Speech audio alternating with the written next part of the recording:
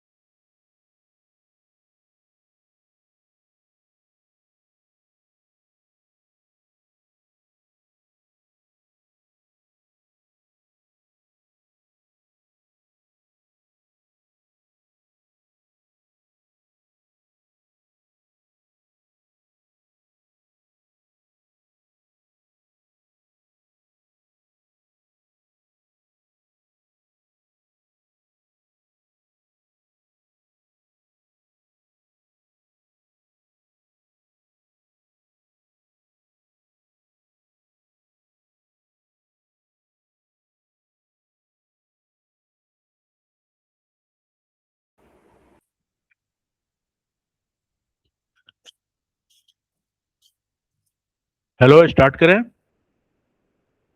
Yes, sir. हो आप लोग? Yes, sir. हाँ सर।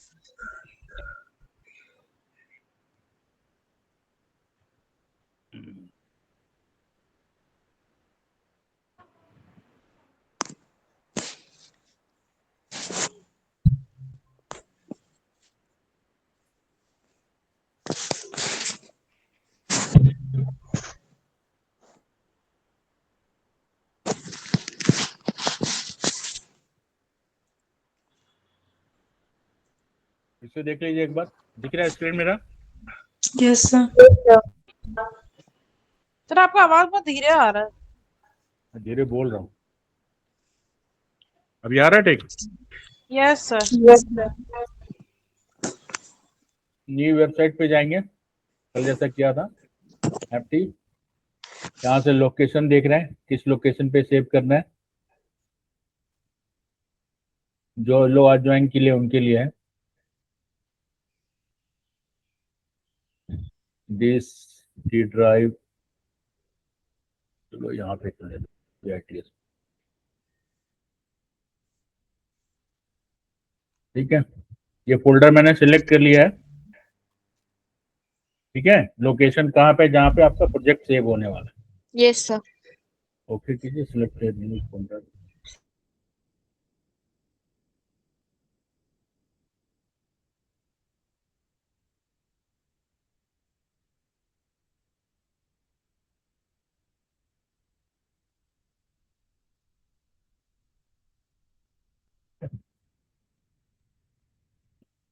ये क्यों नहीं, क्यों नहीं मेरा?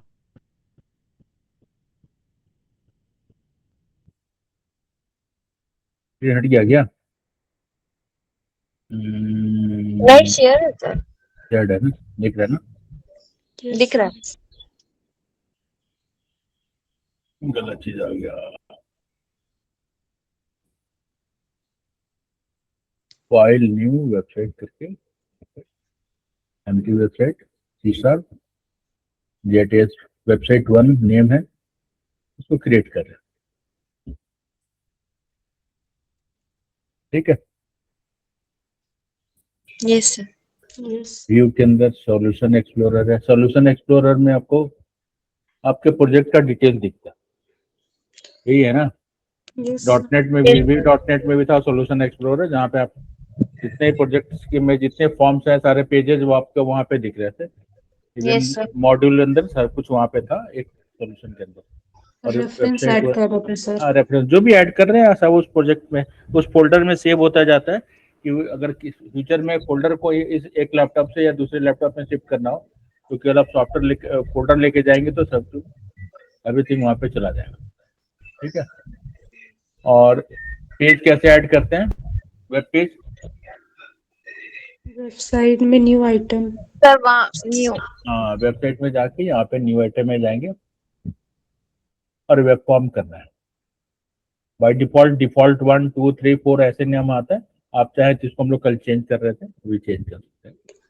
फर्स्ट पेज ऐसा कुछ लिख दिया। ठीक है। .aspx एक्सटेंशन रहने देना है।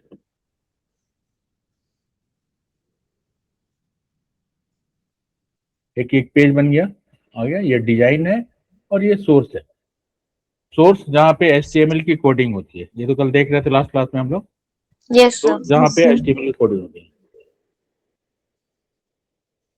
और डिजाइन है जहाँ पे इस टूल के जो यूज करना है, इस टूल को ये टूल्स में से जो यूज करना है उसको यहाँ पे डिजाइन पे लेके आना है और उसका सोर्स का कोडिंग, जहाँ पे HTML का कोडिंग रन करने के लिए F5 प्रेस करेंगे या जो भी ब्राउजर आप सेलेक्ट करनी है उस ब्राउजर में ही ओपन हो जाता है। वेब एप्लीकेशन है तो ब्राउजर में ही ओपन होगा। ठीक है। इसमें ब्राउजर में ही ओपन है ना, जो भी ब्राउजर आप उसको। बाय डिफॉल्ट मेरा माइक्रोसॉफ्ट एज है इसलिए माइक्रोसॉफ्ट एज में हो रहा है। आप जिसको चाहो क्रोम में कर सकते हो, जिसमें यूज करना है कर सकते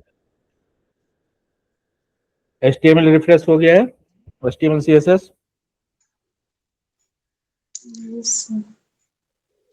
हाँ या ना? Yes sir, no? Yes sir. ठीक है। और एक तीसरा आवाज नहीं आ रहा। Yes sir. ठीक है।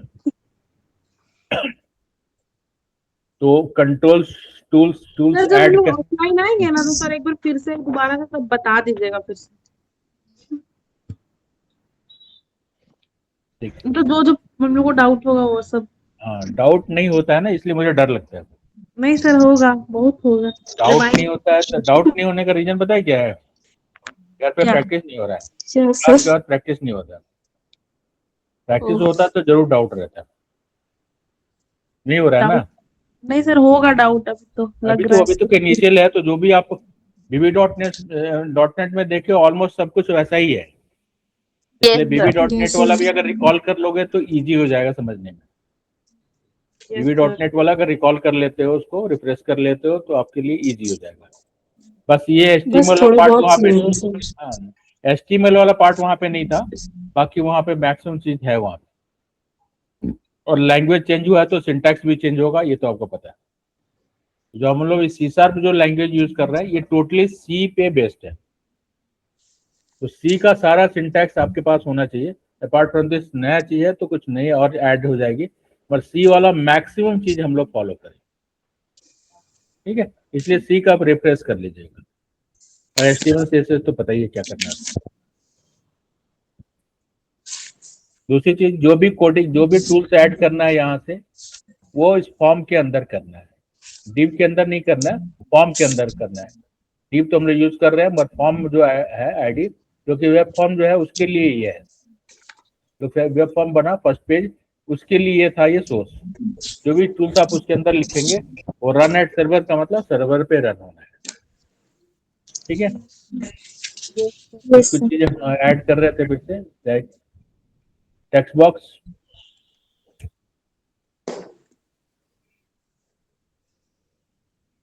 यहाँ डायरेक्टली ऐड कर सकते हैं टिप के अंदर, तो यहाँ पे दिख जाएगा, एक टेक्स्ट बॉक्स हो गया आपको। ठीक है, ये तो पता चल रहा होगा क्या हो रहा है। Yes, sir. हाँ, ठीक है। एक उसके ऊपर लेबल ऐड करना है, लेबल को हम लोग डायरेक्टली ऐसे भी ऐड कर सकते हैं, लेबल आईडी इक्वल्स टू कुछ भी दीजिए, L1 दिया है, टेक्स्ट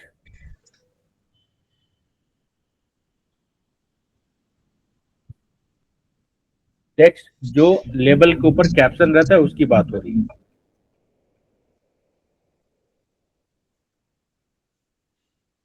ठीक है, और ये इंपॉर्टेंट है रन एट सर्वर लिखना, क्योंकि ये सर्वर साइड कंट्रोल है। ठीक है, ऐसे भी लिखेंगे तो डिजाइन में देखेंगे तो ये लेबल आ गया और ये इसके बगल में टेक्स्ट बॉक्स आ गया। ठीक है, यस सर। ठीक है। अगर लेबल एक और लेबल ऐड करना है तो दूसरा ऑप्शन यहाँ पे भी गया, और लेबल को हमने यहाँ से भी सिलेक्ट कर सकते हैं, लेबल, और यहाँ पे ला सकते हैं। सेम कोडिंग हो रहा है, जो हम ऊपर में लिख रहे थे सेम कोडिंग मैंने जो लिखा है वही नीचे भी कोडिंग हो रहा है। टेक्स्ट बॉक्स बनाने के लिए भी सेम चीज लिखना है, ASP.TextBox ID + T1 and run at server important है, सब में लिखना जरूरी है। तो दो टेक्स्ट बॉक्स, दो लेबल ऐसे क्रिएट हो गए। ठीक है, यहाँ पे लेबल में आपको कैप्शन जो डालना है डाल सकते हैं, सेकंड नंबर लिखना है। कहीं पे कोई डाउट हो तो बताइएगा। Yes sir. ठीक है, आ गया। अभी दोनों को नीचे लाना है, क्या करना पड़ेगा? ब्रेक हॉरिजॉन्टली लाना है तो हॉरिजॉन्टली ब्रेक करना है। यहाँ पे एक लिखे BR टैग यूज करते हैं ना, BR, Yes, sir. यस ये नीचे आ गया। सर, हम लोग ऐसे क्यों आ रहा है? ब्रेक डालने के बाद इतना सटा सटा, थोड़ा सा तो गैप होगा ना। ब्रेक नीचे लाइन ब्रेक के लिए है, एक लाइन है, शुरू में एक लाइन था, लाइन ब्रेक कर दिया तो लाइन ब्रेक नीचे ही आता है। दैट इज यहाँ पे कुछ लिख रहे हैं तो लाइन ब्रेक का मतलब है कि इंटर प्रेस किया तो यहाँ से स्टार्ट हो गया, गैप नहीं आएगा ना। अगर ज्यादा ब्रेक, दो और लंबा गैप चाहिए तो क्या करना पड़ेगा? ब्रेक उसके बाद लिखना होगा एक बार और ब्रेक लिख देंगे। हम्म। ठीक है, तो ब्रेक तो इस नीचे आता है। यस ठीक है, Yes, sir. और ये सारे डिव के अंदर ही आ रहे हैं, डिव का पार्ट है यही है ना। Yes div Yes, division sir. के लिए, डिवीजन के लिए है ना डिव, और किसके लिए है? Yes sir. क्या यूज है HTML में डिव का? सर सर वो एक पार्टीशन डिवाइड कर देता है, मतलब डिवाइड कर देता है, वहाँ हम लोग कुछ भी इमेज हाँ, वगैरह डाल सकते हैं। ठीक बात है। डिव को सेंट्रल लाइन करना है तो डिव का कंटेंट्स को क्या करना पड़ेगा? सेंटर लाइन होना चाहिए। अभी तो लेफ्ट लाइन है ना, लेफ्ट में है ना ये, इसको Yes. सेंटर में करना है। क्या करना चाहिए हम लोग को? सेंटर में करना है HTML CSS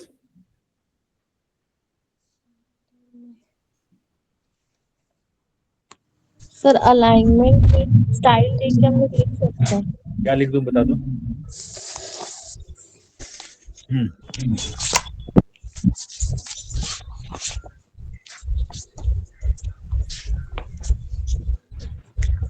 सर स्टाइल मतलब डिव स्टाइल।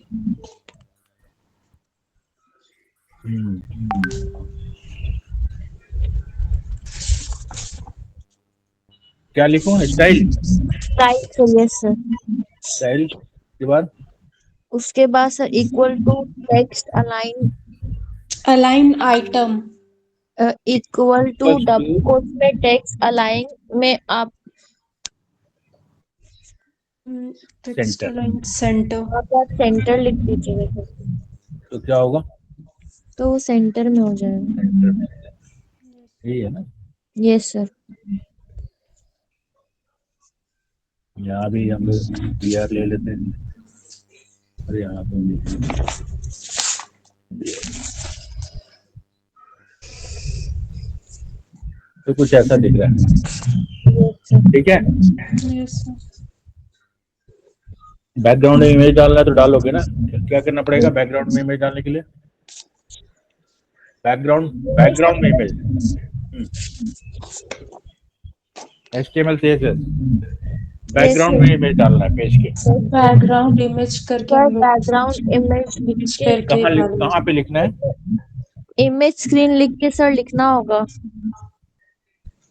नहीं, आप बॉडी बैकग्राउंड में इमेज डालना है। सर, बॉडी में इमेज इंसर्ट नहीं करनी है, बैकग्राउंड में इमेज डालना है। दैट मीन्स जो टेक्स्ट बॉक्सेस वगैरह बना है उसके वो उसके नीचे आ जाए, यस सर। उसके पीछे आ जाए। दैट मीन्स बैकग्राउंड में इमेज रहे, फ्रंट फोरग्राउंड में आपका टेक्स्ट जो लेबल या कंट्रोल है उसको ऐड किया। Yes sir. तो सर बॉडी बॉडी में बॉडी में क्या लिखना है? Background image. बैकग्राउंड इमेज तो कुछ वर्ड नहीं है। हाँ, बैकग्राउंड इमेज URL background.jpg जो भी मतलब इमेज का नाम। सबसे पहले क्या लिखना है? Style style equals to background image. ये लिखना है। CSS जब भी स्टार्ट होगा स्टाइल टैग से स्टार्ट होता है, देखते पता है ना? ये सर हमको पता था, हमको लगा सर आप अपने लिख देंगे। अच्छा, वेरी गुड। मैं तो कुछ भी अपने से नहीं लिखूंगा। यहाँ पे URL और एक इमेज चाहिए आपके फोल्डर में। यस। ठीक है, इमेज देखते हैं कहाँ से आता है। इमेज फोल्डर लोकेशन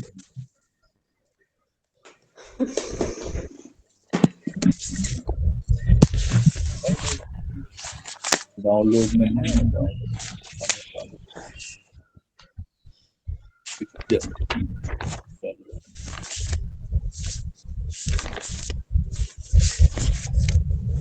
कॉपी करिए इसको।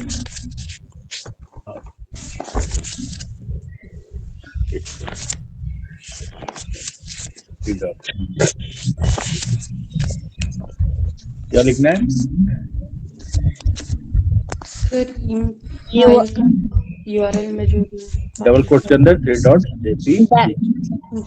3.jpg। सर इसमें ही हम लोग फिर ऐड कर सकते हैं ना बैकग्राउंड का साइज। हाँ, नीचे करके मतलब नहीं इसका बगल में ना, डबल कोट्स का अंदर ही तो ना। ठीक है, ऐसे आ गया ना, इमेज आ गया बैकग्राउंड। अभी इसको रन करते हैं तो कुछ ऐसा दिख रहा है।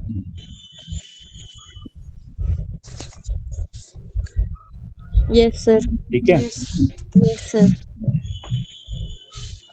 अच्छा दिख रहा है। ठीक है, अभी यहाँ पे और कुछ चेंजेस करना है।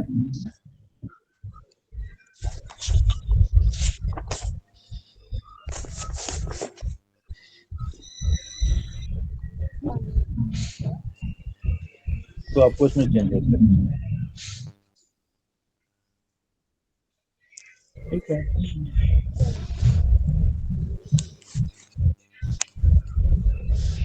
लेबल जो लिया, लेबल का कलर चेंज करना है तो क्या करना पड़ेगा? इस लेबल का कलर फोर कलर चेंज करनी है। Yes sir. प्रॉपर्टीज में जाके कर सकते हैं। लेबल प्रॉपर्टीज का में जाएंगे। प्रॉपर्टी विंडो लाने के लिए क्या करते हैं .NET में? शॉर्टकट व्यू में जाके ना आपको व्यू में सॉल्यूशंस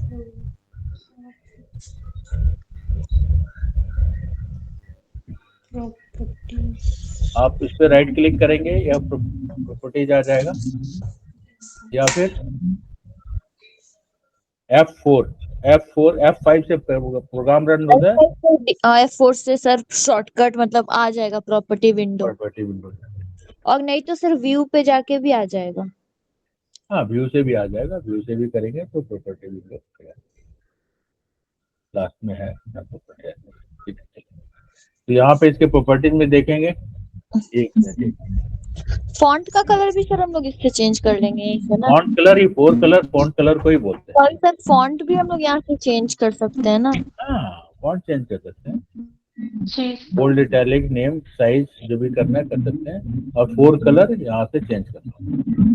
4 कलर फॉन्ट कलर को ही बोलते हैं, 4 कलर जो तो जो कलर चेंज करना है आप यहाँ से कोई कलर सिलेक्ट कर लीजिए और उसको सिलेक्ट कर लीजिए, ओके करिए तो उसका वो कलर आ जाएगा। फॉन्ट में भी तो पता ही होगा, बोल्ड करना है, इटैलिक करना है। यस सर, पता है। ये तो पता है, ये तो बच गया, तो ये चेंज हो गया इसका कलर। सेम चीज आप देखोगे ना यहाँ पे कोडिंग में, तो HTML का कोडिंग में भी हो गया, ये ऑटोमेटिक आ जाता है। Yes sir. ठीक है, अगर ये कलर चेंज करना है तो यहाँ से भी चेंज कर सकते हैं। इटैलिक हटाना है, बोल्ड हटाना है तो यहाँ से भी हटा सकते हैं। वहां से प्रॉपर्टी विंडो से भी हटा सकते हैं और यहाँ से भी हटा सकते हैं। ठीक है, ये तो करना है। चलिए अच्छी बात है। एक और बटन ऐड करते हैं, कर लीजिए सर। बटन ऐड करते हैं, ASP dot button button ID ID equal to B1 B1 button के लिए मैं B1 ले रहा हूँ, T1 भी ले सकते हैं। रन एट सर्वर टेक्स्ट में उस पे लिख दिया हाँ यस सर, और run at server, run at server. ये तो ठीक है। अब एक बटन भी यहाँ पे आ गया, नीचे लाना है तो यहाँ पे देख लेना पड़ेगा। सर इसमें आप क्लोज नहीं किए वो क्या? ASP डॉट, जैसे बाकी सब में सर तो टेक्स्ट बॉक्स। ऐसे यहाँ क्लोज हो गया ना ये अच्छा क्लोज हो गया, या फिर ऐसे ASP लेवल करके भी होगा और ये भी दोनों कोई दिक्कत नहीं है। अच्छा सर। एक लोगो यहाँ पे अगर क्लोज करना है ऐसे, यहाँ पे क्लोज किया और यहाँ पे लिख सकते हैं सॉरी ऐसे, और वहाँ पे आप उसको जो ऐसे आ रहा है ना, क्या नाम है, ASP डॉट लेवल, वो भी करना है। Yes sir. ठीक है, ये बटन यहाँ पे आ जाएगा। ठीक है, टेक्स्ट बॉक्स की प्रॉपर्टी देखें तो कल हम लोग देख रहे थे लास्ट क्लास में। टेक्स्ट बॉक्स बहुत इंपॉर्टेंट टूल है। मैक्सिमम काम आपका जो है, जो हम लोग को करना है वो टेक्स्ट बॉक्स के थ्रू कर सकते हैं। मैक्सिमम काम जो है टेक्स्ट बॉक्स के थ्रू कर सकते हैं। टेक्स्ट बॉक्स इसलिए बहुत इंपॉर्टेंट है। सर जैसे हम लोग टेक्स्ट बॉक्स में मतलब कि उसको डिफाइन कर दे रहे थे कि डेट का इंटर होगा बस, जैसे कि मोबाइल था, मोबाइल नंबर का ऑप्शन दिया था तो वो 10 डिजिट का ही लेगा ना, उससे ज्यादा तो नहीं उसमें दिया होगा वैलिडिटी है। देखिए अभी क्या है, यहाँ पे सिंगल लाइन है, नॉर्मल है। सिंगल लाइन किया हुआ टेक्स्ट मोड प्रॉपर्टी में सिंगल लाइन है, दैट मींस नॉर्मल है। मल्टी लाइन किया तो 2 लाइन का आ जाएगा। ठीक है, देख रहे हैं स्क्रॉल बार ऑटोमेटिक आ रहा है और मल्टी लाइन आ जाएगा। वर्ड रैप होगा यहाँ तक, जैसे टेक्स्ट जाएगा ना ऑटोमेटिक नीचे आएगा और मल्टी लाइन आएगा। अगर सिंगल लाइन है तो वो वर्ड रैप नहीं होगा, एक ही लाइन में स्क्रॉल करता है वो सीधा राइट की तरफ बढ़ता जाएगा। दोनों में अंतर है। मल्टी लाइन करेंगे तो स्क्रॉल बार आएगा, अब लाइन वर्ड रैप होगा और नेक्स्ट लाइन में ऑटोमेटिक वो आता है जैसे आप टाइप करना चाहते हैं। मल्टी लाइन करते हैं तो उसका जो जितने कैरेक्टर वो ले सकता है वो ज्यादा हो जाता है। ठीक है, उसमें भी था आप क्या बोलते हैं, मैक्स लेंथ VB.NET में टेक्स्ट बॉक्स का याद आ रहा है? Yes sir. क्या यूज था उसका? क्या यूज था उसका? आपको लेंथ मैक्सिमम मतलब वहाँ पे था, इतना ले सकते हैं। कितना था याद आ रहा है? यस सर, 1 था।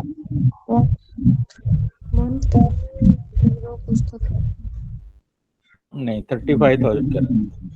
हाँ 35,000। यहाँ पे मैक्स लेंथ है, आ गया मैक्स लेंथ 0 है। ठीक है, यहाँ से फिक्स कर सकते हैं। 0 मतलब मैक्सिमम अनलिमिटेड है। ठीक है,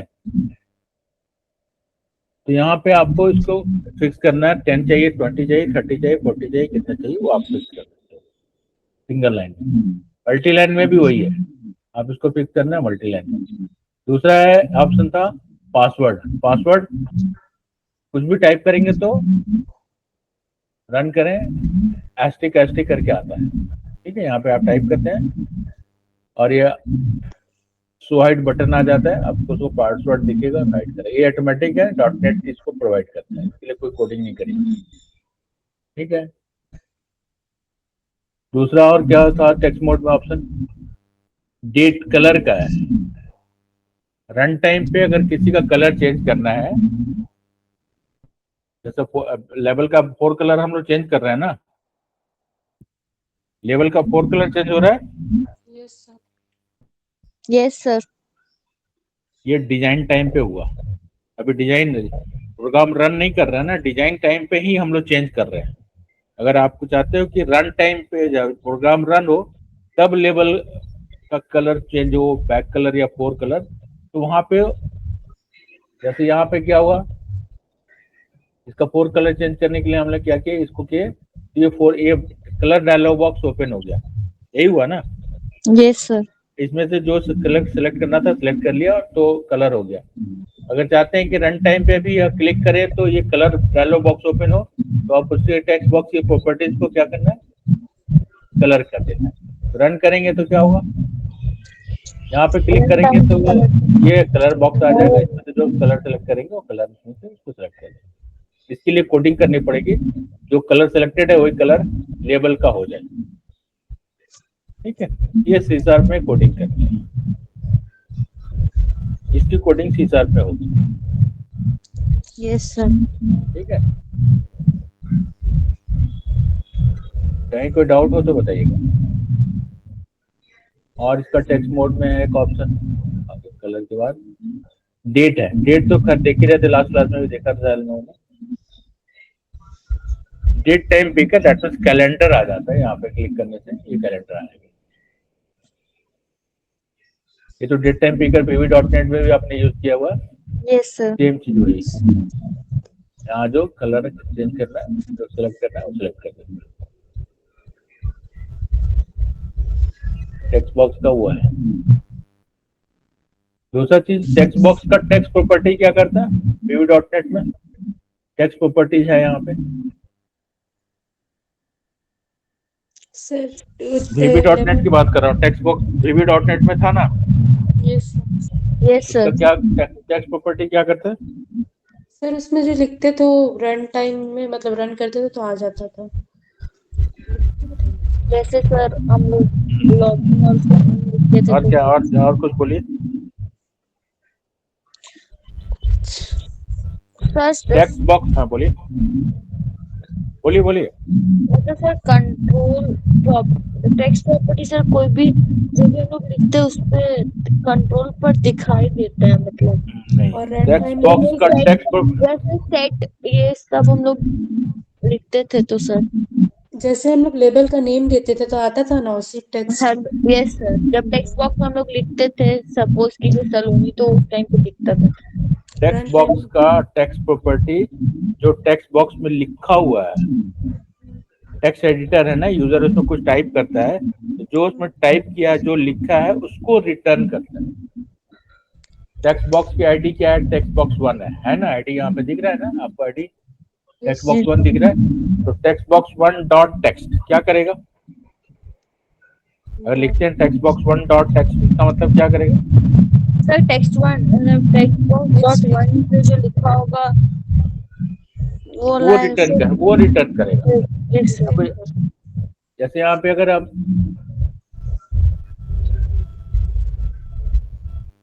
यहाँ पे अगर क्लिक करते हैं, ठीक है, एक लेवल है, दूसरा एक टेक्स्ट बॉक्स है ना, ये टेक्स्ट बॉक्स का नाम क्या है इसका, T1। ठीक है, तो T1 dot text equals to text box 1 dot text. Run करिए, तो डेट सिलेक्ट किया, क्लिक किया, आया ऐसा। Yes sir. क्या है इस कोडिंग में क्या लिखा है मैंने, देखिए इसका क्या मतलब है,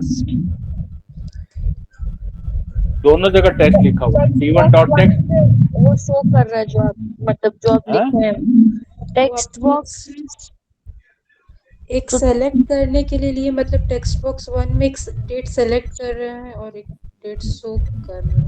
t1.text भी लिखा है मैंने, टेक्स्ट बॉक्स 1.text लिखा है। That means first text box का आईडी टेक्स्ट बॉक्स 1 है, सेकंड टेक्स्ट बॉक्स का आईडी t1 है। दोनों में टेक्स्ट प्रॉपर्टी यूज कर रहा हूँ मैं। Yes sir. क्या मतलब है इसका? टेक्स्ट वैल्यू बॉक्स में कुछ, हाँ बोलिए बोलिए सर बोलिए। वैल्यू रिटर्न करते हैं ना, मतलब कि हम डेट सेलेक्ट कर रहे हैं तो क्लिक करने पर सेकंड में डेट रिटर्न कर रहा है जो टेक्स्ट बॉक्स 1 में टेक्स्ट था। बॉक्स 1.text क्या कर रहा है, जो भी आप उसमें लिख रहे हो जो अभी भी क्या है, हम T1 पे उसको वो वो रिटर्न रिटर्न, करेंगे। उसको रिटर्न कर रहा है। रिटर्न करके किसको असाइन कर रहा है? Text text box box 1। t1 dot text box. Yes sir. Text property, text box का टेक्स्ट प्रॉपर्टी जो भी उसके अंदर असाइन लिखना है, उसके अंदर लिखना है, रन टाइम पे लिखना है या डिजाइन टाइम पे लिखना है, तो वो टेक्स्ट प्रॉपर्टी के अंदर आता है। और दूसरा चीज, जो उसमें अंदर कुछ लिखा हुआ पहले से, उसको रिटर्न करना है, उसको फेच करना है, उसको यूज करना है, तो भी टेक्स्ट बॉक्स की टेक्स्ट प्रॉपर्टी आएगा। इस डे पहला जो टेक्स्ट बॉक्स 1.text है क्या कर रहा है, जो उसके अंदर वैल्यू लिखा वो उसको रिटर्न कर रहा है। t1.text क्या कर रहा है, उसके अंदर लिख रहा है, असाइन कर रहा है। दोनों में टेक्स्ट प्रॉपर्टी यूज करते हैं। टेक्स्ट बॉक्स की टेक्स्ट प्रॉपर्टी जो उसके अंदर रहता है उसको रिटर्न करता है। तो यहाँ पे उसको रिटर्न कर रहा है ये लिखने से। दूसरी चीज क्या, फॉर्मेट चेंज हो जा रहा है ना, पहले ईयर आ रहा है, देन मंथ आ रहा है, देन डे आ रहा है, यही आ रहा है ना। Yes sir. ये सिस्टम का आ रहा है क्योंकि सिस्टम में मेरे ऐसे इस फॉर्मेट में है, इसलिए सिस्टम पे आ रहा है इस फॉर्मेट। अब इसको हम लोग फॉर्मेट चेंज कर सकते हैं कोडिंग के थ्रू। कोडिंग अभी नहीं करेंगे ज्यादा, देख लीजिए। ठीक है, टेक्स्ट बॉक्स की टेक्स्ट प्रॉपर्टी। और क्या था टेक्स्ट प्रॉपर्टीज में? हाँ, डेट और क्या पूछ रहे थे? Email ID, number. Email ID अगर करते हैं आप तो क्या होगा? सर ईमेल आईडी एंटर करना। सर वही पूछ रहा था, कंडीशन अप्लाई रहेगा कि मतलब कि ईमेल आईडी @, आप नहीं डालेंगे तो नहीं होगा। यहाँ पे कुछ मैसेज आ रहा है? प्लीज। Yes sir please. हाँ सर आ रहा है। क्या मैसेज है? Please @, include email address। अगर आप ईमेल आईडी वहां पे सिलेक्ट करते हो और @ नहीं लिखेंगे तो ये मैसेज आएगा। बस यही चेक करता है ईमेल आईडी। अभी मैं इसमें @ लिख दूं, @gmail.com, ठीक है, तो कुछ नहीं करेगा, कोई मैसेज नहीं। तो ईमेल, अगर आप ईमेल वहां पे चेक करते हो कि इस टेक्स्ट मोड में ईमेल डालते हैं, तो वो @ को ऑटोमेटिक चेक करता है। उसके लिए कोई कोडिंग मैंने नहीं करी है, तो आपको कोई कोडिंग करना है, ऑटोमेटिक को चेक करता है कि ईमेल @ है कि नहीं। ठीक है, @ को चेक करता है अगर ईमेल आईडी वहां पे डालते हैं। @ मिसिंग रहेगा, नहीं डालेंगे तो आप जैसे इसका कोई इवेंट फायर करेंगे तो ये मैसेज आएगा। ठीक है, @ आपको लिखते हैं। ईमेल आईडी अगर सिलेक्ट करते हो तो @ के लिए वो चेक करते हैं। बहुत कुछ रेडीमेड है। नंबर सीधे ऐसे ले लिया, नंबर में क्या होगा?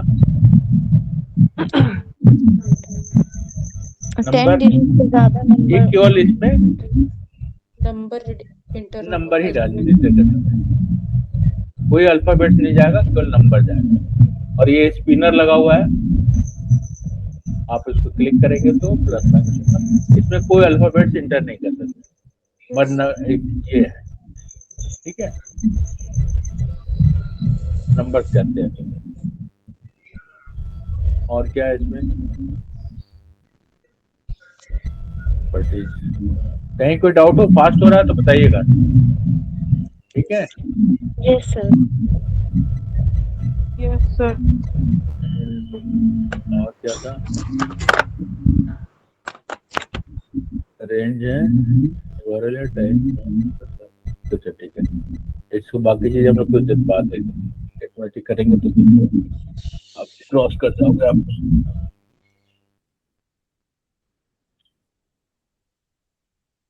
डेट टाइम के लिए करना है। चलिए अभी इसको सिंगल लाइन रहने देते हैं, बाकी से हम लोग बाद में देखेंगे। CSS यहाँ पे एक वर्ड है, क्या लिखा हुआ है? कहाँ CSS पे सर? देखिए सिलेक्टेड है प्रॉपर्टीज में, प्रॉपर्टी जो मैंने सिलेक्ट किया हुआ है दिख रहा है CSS क्लास। हाँ, क्या यूज है यहाँ पे, कुछ आइडिया लग रहा है? कैस्केडिंग स्टाइल का क्लास बटन है। हैं? स्टाइलिंग का क्लास। हाँ ठीक है, वो तो कैस्केडिंग स्टाइल शीट समझ में आ गया। यहाँ पे इस प्रॉपर्टी का क्या यूज है, कुछ आइडिया लग रहा है कि मैं बताऊँ? आइडिया लग रहा है सर। क्या आइडिया, क्या लग रहा है?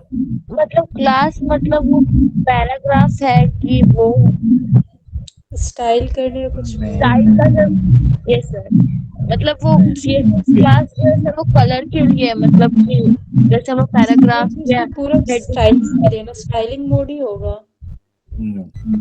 फिर मेरे पास एक क्वेश्चन, मेरे पास एक क्वेश्चन है। पूछिए सर।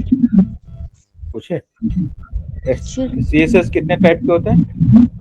CSS ओके सर, कितने टाइप के CSS अवेलेबल है?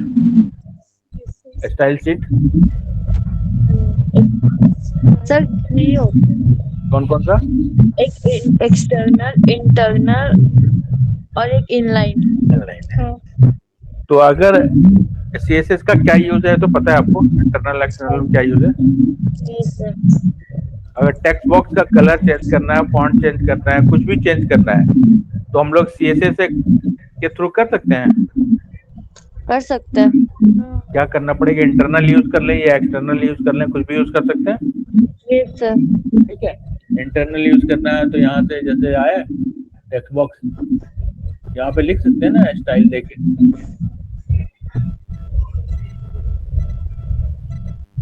कोई इंटरनल यहाँ पे डिक्लेयर किया और इंटरनल और यहाँ पे उसको यूज कर रहे हैं। सेम अगर एक्सटर्नल यूज करते हैं तो क्या होता है सर एक फोल्डर में बनाते हैं, उसको कॉल कर लेते एक पेज बनाते हैं स्टाइल शीट का .css फाइल, यही करते हैं ना, और उसका रेफरेंस देके यहाँ पे कॉल कर लेते हैं HTML।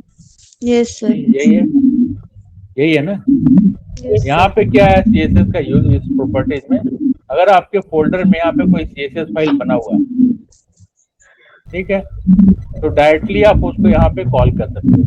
प्रॉपर्टीज में गए, प्रॉपर्टीज में गए और आप उस CSS का ले, और इसको उस फाइल की लिस्ट यहाँ पे आ जाएगी, आप उनको सेलेक्ट करना है। कोई कोडिंग नहीं करनी, ऑटोमेटिक उस CSS में जो टेक्स्ट बॉक्स के लिए लिखा हुआ है डिजाइनिंग का पार्ट, CSS में डिजाइन बनाते हैं, लुक से चेंज करने के लिए लिखते हैं ना। Yes sir. ठीक है, और .css उसका एक्सटेंशन रहता है, सेव करते हैं तो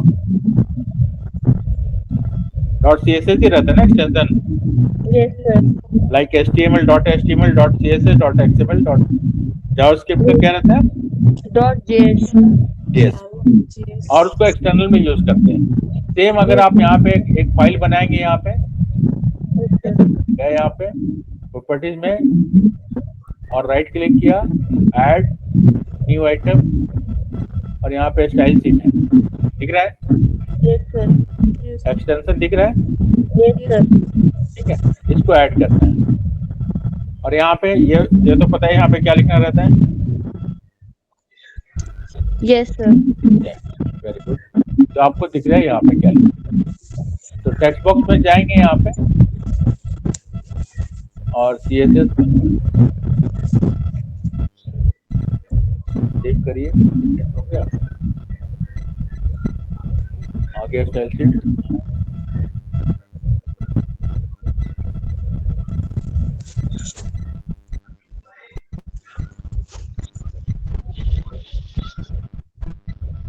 तो इस स्टाइल शीट को यहाँ पे हम लोग यूज कर सकते हैं। कैसे यूज करेंगे, उस टेक्स्ट बॉक्स के लिए जो भी आपने लिखा हुआ है ऑटोमेटिक वो उसमें एप्लीकेबल हो जाएगा।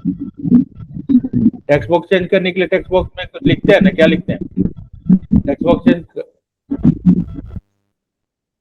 क्या लिखते हैं बताओ? इसमें सर अगर टेक्स्ट बॉक्स का एक स्टाइल शीट क्रिएट करना है जिसमें टेक्स्ट बॉक्स का फोर कलर और बैक कलर चेंज करना है, लिख सकते हैं ऐसा स्टाइल शीट। ऐसा टेक्स्ट बॉक्स एक स्टाइल शीट क्रिएट करनी है, चलिए लिख लीजिए। होमवर्क है CSS में CSS में लिखना है ना, HTML में नहीं लिखनी है। हाँ और तो सर लिख CSS को, सकते हैं। और एक्सटर्नल CSS है, इसको कॉल करना है। एक्सटर्नल CSS को कॉल करते हैं कैसे, पता है ना? Yes sir. क्या करते हैं? भूलते जा रहे हो आप लोग। एक्सटर्नल CSS को कैसे कॉल करते हैं? सर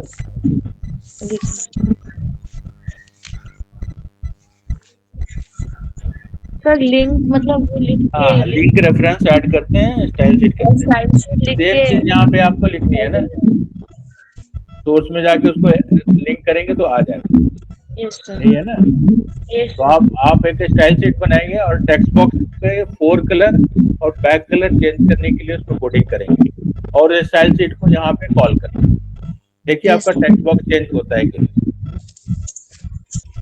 ये है ना? Yes sir. इंटरनल तो हम लोग यूज कर रहे हैं, ये इनलाइन है या इंटरनल है? यहाँ पे जो लिखा, ये जो लिखा है इंटरनल है सर। फिर से बोलो। इनलाइन हेड के सर नहीं। अंदर इंटरनल। ये इनलाइन है, उस Inline लाइन है। टैग के एलिमेंट के रूप में लिख रहे हैं तो ये इनलाइन है। अगर इंटरनल लिखना रहता तो वहाँ हेड में जाते और यहाँ पे स्टाइल डॉट कुछ बना सकता है। यहाँ पे लिखते, यहाँ पे लिखेंगे जो CSS डिफाइन करेंगे ये इंटरनल है, यहाँ पे जो डिफाइन कर रहे हैं ये इनलाइन है, और एक्सटर्नल जो यहाँ पे डिफाइन करेंगे और यहाँ पे कॉल करेंगे। Yes sir. तीनों में डिफरेंस है ना? ठीक है, यहाँ पे ये इंटरनल हो गया, ये इनलाइन हो गया, और इधर डिफाइन किया तो ये एक्सटर्नल हो गया, इसको फिर कॉल करना है यहाँ पे हेड के अंदर, इसको कॉल करना। ठीक है, हेड में मेटा डेटा ही रहता है, पता है ना हेड का क्या यूज है? यस हैं? सर। Yes sir. हाँ, तो वहाँ पे इसको कॉल करना है। तो आप लोग घर पे एक CSS बनाएंगे यहाँ पे, और उसके यहाँ पे कॉल करके देखेंगे कि ये टेक्स्ट बॉक्स का 4 कलर और बैक कलर चेंज हो रहा है कि नहीं। ठीक है, एक्सटर्नल CSS क्रिएट करनी है, not inline not internal. External CSS create करनी है और उसको टेक्स्ट बॉक्स के साथ जोड़ना है, अटैच करना है कि टेक्स्ट बॉक्स रन करें तो टेक्स्ट बॉक्स पे इफेक्ट है। टेक्स्ट बॉक्स का 4 कलर एंड बैक कलर चाहिए। ठीक है, हो जाएगा।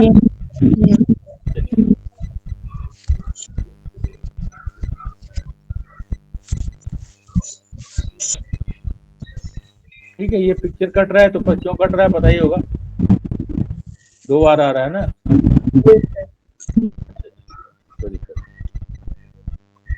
Repeat no repeat. No repeat. हाँ, नो रिपीट। साइज अगर फिक्स करना है तो साइज फिक्स कर सकते हैं। Yes sir. इसके ऊपर अगर इमेज डालना है तो क्या करना पड़ेगा? यहाँ पे एक इमेज डालना है इस कॉर्नर में। ओवर आइडिया ओवर है हाँ? सर इमेज कॉर्नर डालना में सर। यहाँ पे एक नीचे में यहाँ पे एक इमेज डालना है, क्लिक के नीचे छोटा सा एक इमेज, HTML का पार्ट है। हाँ सर डिव दे के हम लोग या सेक्शन दे के वहाँ पर इमेज दे सकते हैं। क्या लिख दूं बता दो? डिव लिखूं फिर से? Yes sir. लिख दिया।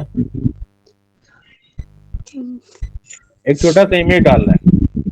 Yes sir. दोनों तो कंफ्यूज नहीं होना, ये बैकग्राउंड इमेज है, दैट मींस इसके ऊपर आप कंट्रोल ऐड कर सकते हैं।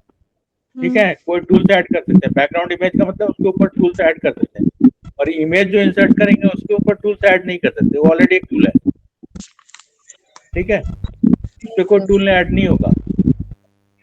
ये बैकग्राउंड है, बैकग्राउंड कलर, बैकग्राउंड इमेज, इसके ऊपर हम अदर टूल्स ऐड कर सकते हैं। और यहाँ पे एक इमेज ऐड करनी है, क्या करना पड़ेगा? नॉर्मल सर, बस इमेज ऐड करना है। एकदम नॉर्मल इमेज।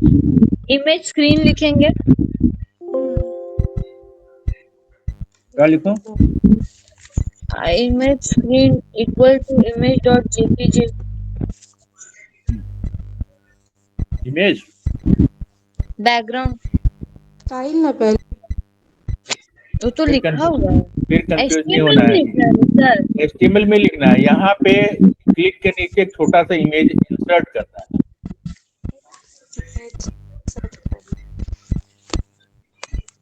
इधर में HTML की कोडिंग करनी है। कुछ भी नहीं पूछ रहा मैं, C# का तो पूछ ही नहीं रहा। मतलब सर नॉर्मल इमेज इंसर्ट करना है HTML में, हाँ बस मतलब बैकग्राउंड इमेज। बैकग्राउंड नहीं, बैकग्राउंड तो ऑलरेडी है, इमेज तो इंसर्ट करने हैं, बैकग्राउंड इमेज की बात नहीं कर रहा हूँ।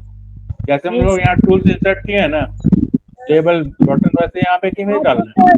तो सर नॉर्मल लिखेंगे जैसे HTML बॉडी लिखे उसके नीचे इमेज स्क्रीन इक्वल्स टू जो भी इमेज का नाम है उसके साथ डॉट तो JPG। ये जो डिव हटाया, हटा दूं डिव? हाँ हटा दीजिए सर। सर ठीक है, हटा दे। एक सेक्शन में देख लीजिए हटा के बता दो। इमेज बस को इस नॉर्मल आप बटन बोले के, सर ऐड कर हाँ इस इमेज को इस बटन के नीचे ऐड करना है, ठीक है, तो यहाँ पे ऐड करना है। बटन के नीचे। हाँ बटन के नीचे। देना होगा। तो सर सेक्शन का यूज करके तो दे सकते हैं। सेक्शन भी डिव भी जो भी। इमेज SRC कुछ है, क्या करते हैं इमेज SRC? हाँ इमेज, वही तो सर बोले आपको कि नॉर्मल इमेज स्क्रीन लिख के जो भी इमेज का नाम है वो लिख के डॉट JPG लिखेंगे और फिर ऑल्ट लिख के सर और उसका विड्थ लिख देंगे नॉर्मल सर जैसे लिखते हैं HTML में। और टाइप देंगे तो आपको इमेज नहीं हो तो दूसरा इमेज आएगा। Yes sir. EL हाँ वो था। Width yes sir. हाइट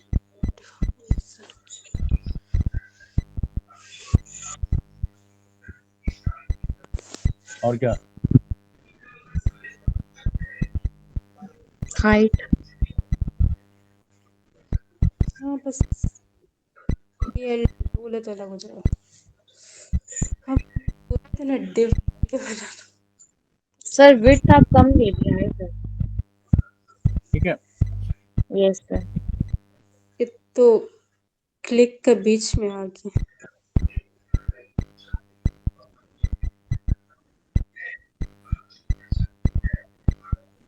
यही तो करना था। तो यही तो सर बोल रहे थे। ऑल्ट क्यों लिखते हैं ऑल्ट? सर वो इमेज नहीं रहेगा तो दूसरा आ जाएगा जो आप इमेज ऑल्टरनेट के लिए ना। हाँ यस सर।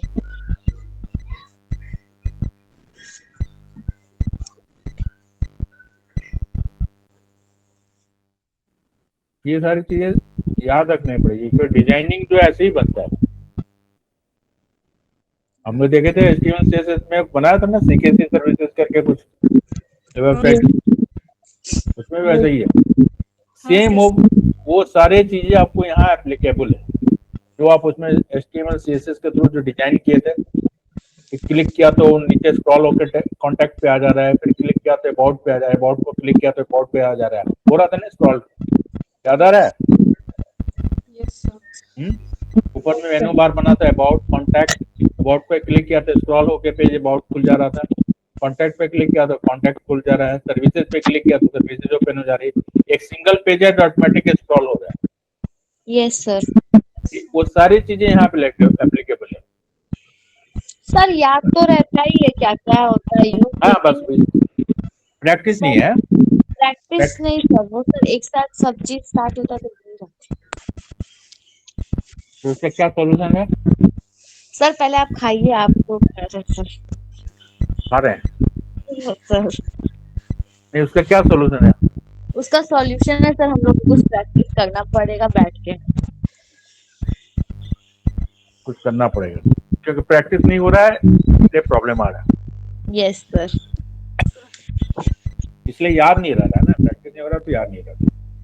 क्योंकि एक बार एरर आएगा ना, उसको रेक्टिफाई करोगे ना तो फिर लाइफ लॉन्ग वो याद रहता है। ये सर बट हम लोग को सिंटैक्स तो याद ही है सर, कहाँ क्या यूज होता है।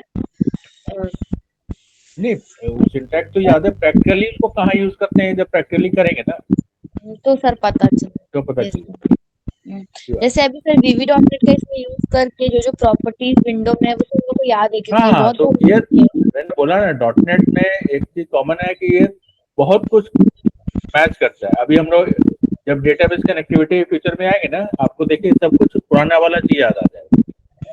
MySQL command, MySQL data adopter, data set, MySQL connection, याद आ रहा है ना ये वर्ड सब? Yes. सब कुछ यूज होने वाला है। फिर ठीक लगता है कि डिजाइनिंग दिखता है पाइथन जैसा नहीं, एकदम कोड लिखना है तब लेवल आएगा और टेक्स्ट। विजुअल यही है। यूआई ग्राफिकली जो इंटरफेस जो बना है उसके वजह से ये थोड़ा सा यूजर फ्रेंडली हो गया और ज्यादा पॉपुलर है। हाँ सर, यही ज्यादा अच्छा है, डिजाइनिंग भी साथ में दिखता है कोडिंग के साथ साथ। हमने तो इसको पाइथन इसको एक बार कर लो आप ASP.NET कोर में जाना, जो इसका एडवांस वर्जन है लेटेस्ट वाला, आप चल जाओगे उसमें तो फिर अच्छा लगेगा। उसमें और बहुत सारी फैसिलिटीज है जो ऑटोमेटिक आता है। Yes sir. ये जो C# का कोडिंग वाला पार्ट है, ठीक है, यस इसमें भी इवेंट सिलेक्ट करना है, कब ये होना है। जैसे फिर मैंने क्लिक इवेंट सिलेक्ट किया ना, जब इस पे क्लिक करें तो वो ये होना चाहिए, तो इसके क्लिक इवेंट पे ही मैंने कोड लिखा हुआ है, ठीक है। दूसरी चीज ऊपर में जो दिख रहा है यूजिंग सिस्टम, ये सारे रेफरेंस फाइलें हैं, रेफरेंस क्लास है जो ऐड किया हुआ है, जो अभी एक ही हाईलाइटेड है, बाकी सब ग्रे है, दिख रहा है। ये मतलब पहला वाला जो रेफरेंस है वो यूज हो रहा है, रेस्ट यूज नहीं हो रहा है। जैसे यूज होगा ऑटोमेटिक ये भी बोल्ड हो जाएगा।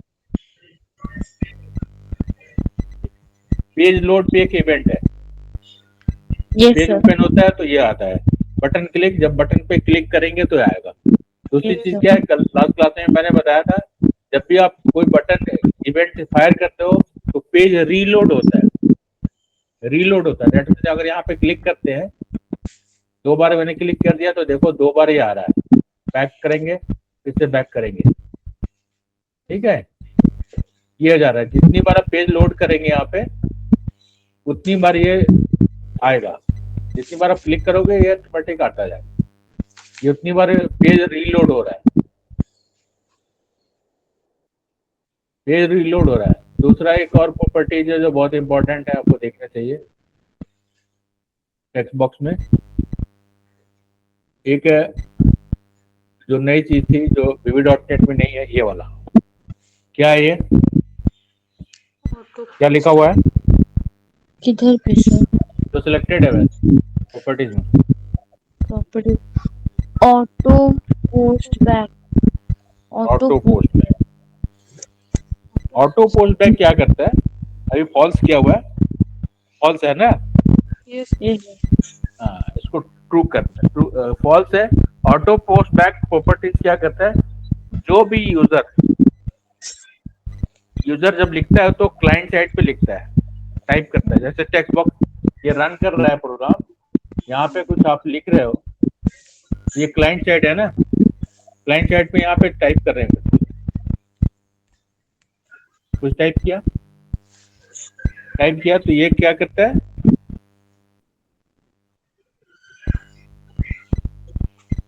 ये क्लाइंट साइड पे रन कर रहा है प्रोग्राम।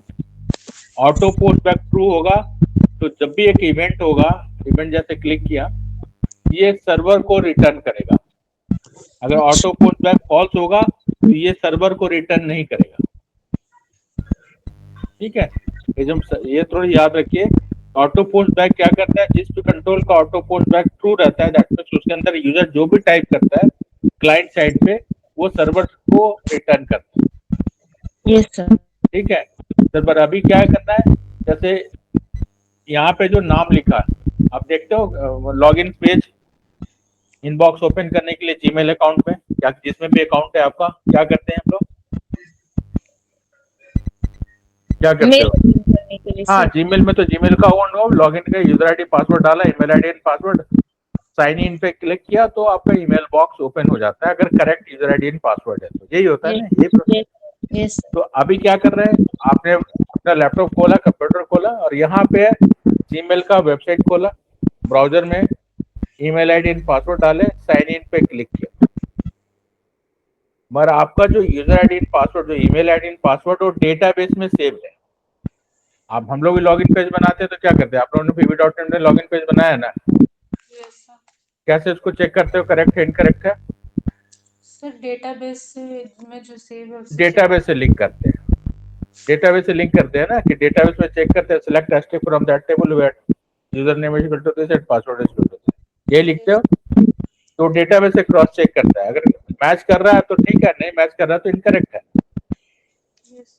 सेम चीज यही होता है। जो आगे अभी क्या है, विंडोज एप्लीकेशन में लोकल ही दोनों है, आपका वेबसाइट भी वही, सॉफ्टवेयर भी वहीं पे है और डेटाबेस भी वहीं पे है। मगर अभी क्या है, वेब एप्लीकेशन में डेटाबेस सर्वर पे है, डेटाबेस सर्वर पे है और क्लाइंट यहाँ पे लिख रहा है, तो रिमोटली उसको वहां पे जाके चेक करना है डेटाबेस।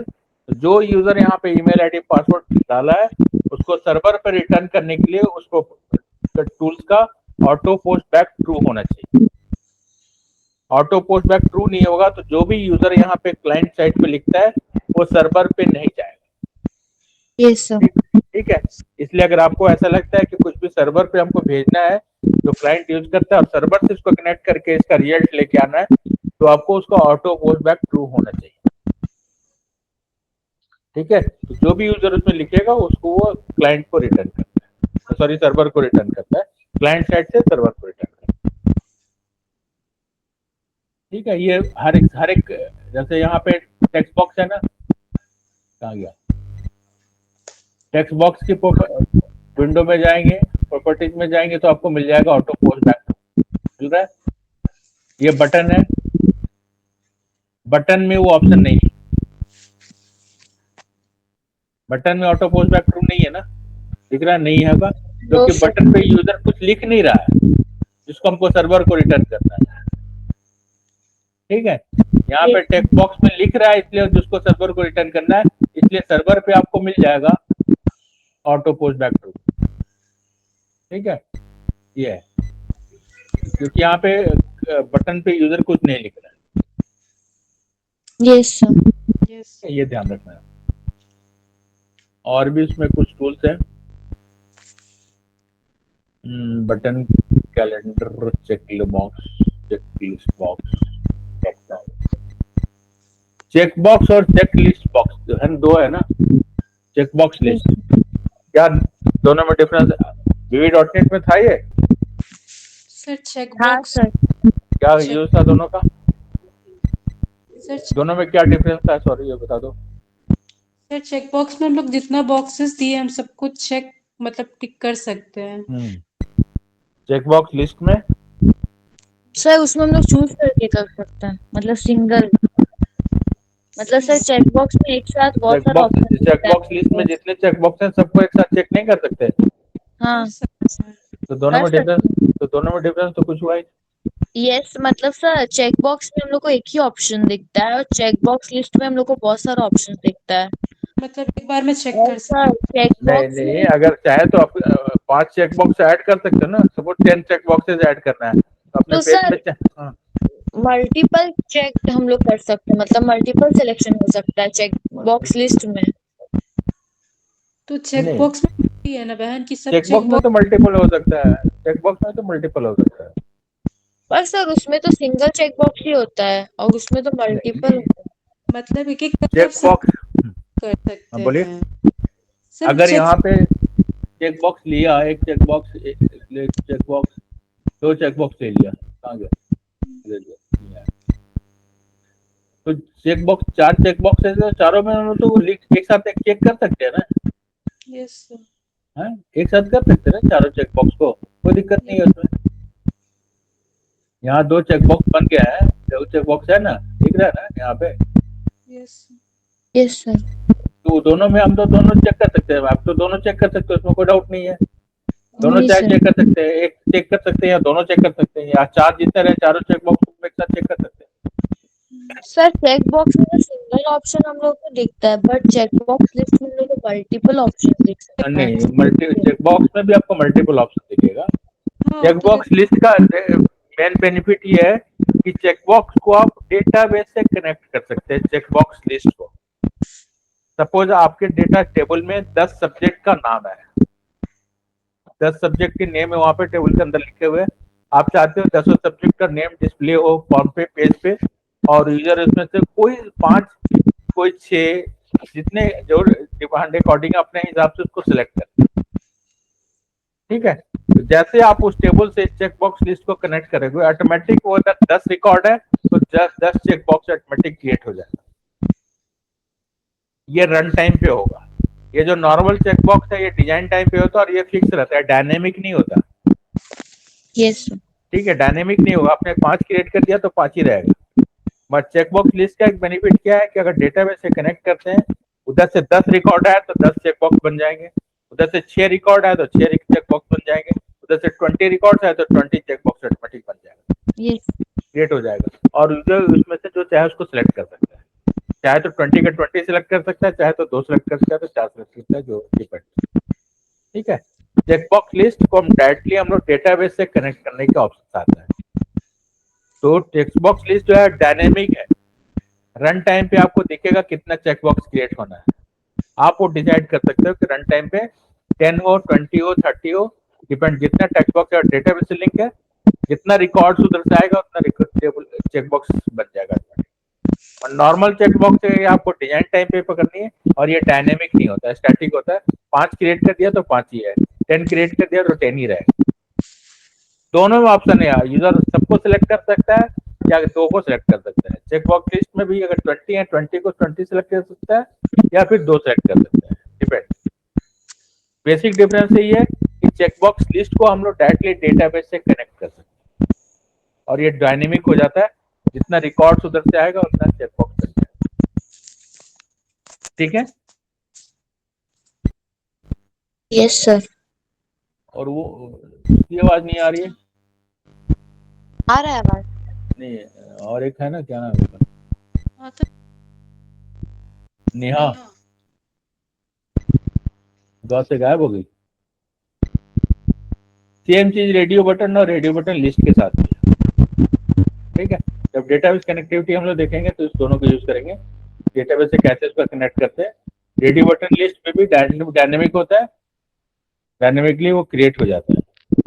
जितना उधर से रिकॉर्ड आएगा उतना रेडियो बटन उधर से क्रिएट हो जाता है।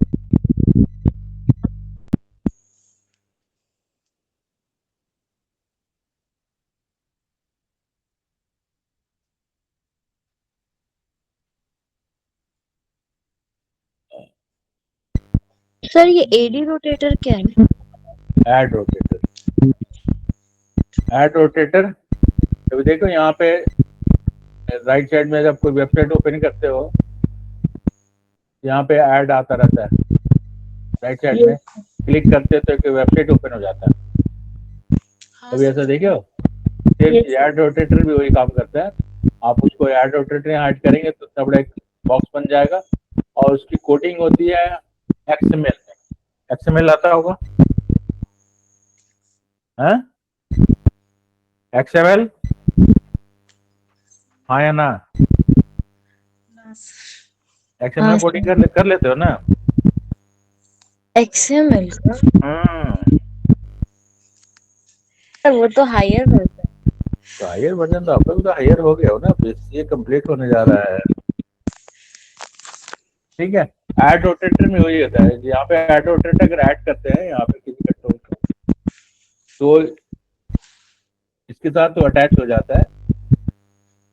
तो यहाँ पे जैसे क्लिक करेंगे तो XML फाइल खोलेगा,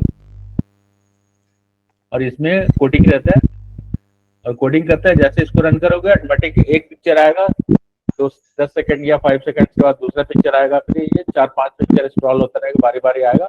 जिसको आप क्लिक करोगे एक नया वेबसाइट खुल जाएगा।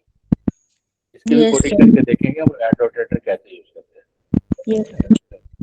इसका साइज फिक्स कर सकते हो, जैसे अभी पिक्चर का साइज फिक्स किया है ना, ये इतना बड़ा, उससे साइज फिक्स कर सकते हैं, और ये 1 बाय 1 करके आता है।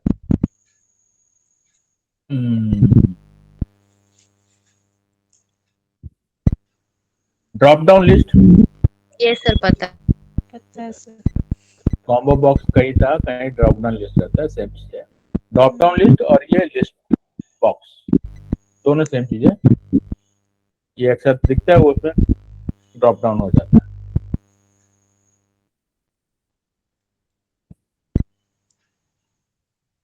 ठीक है, यस सर।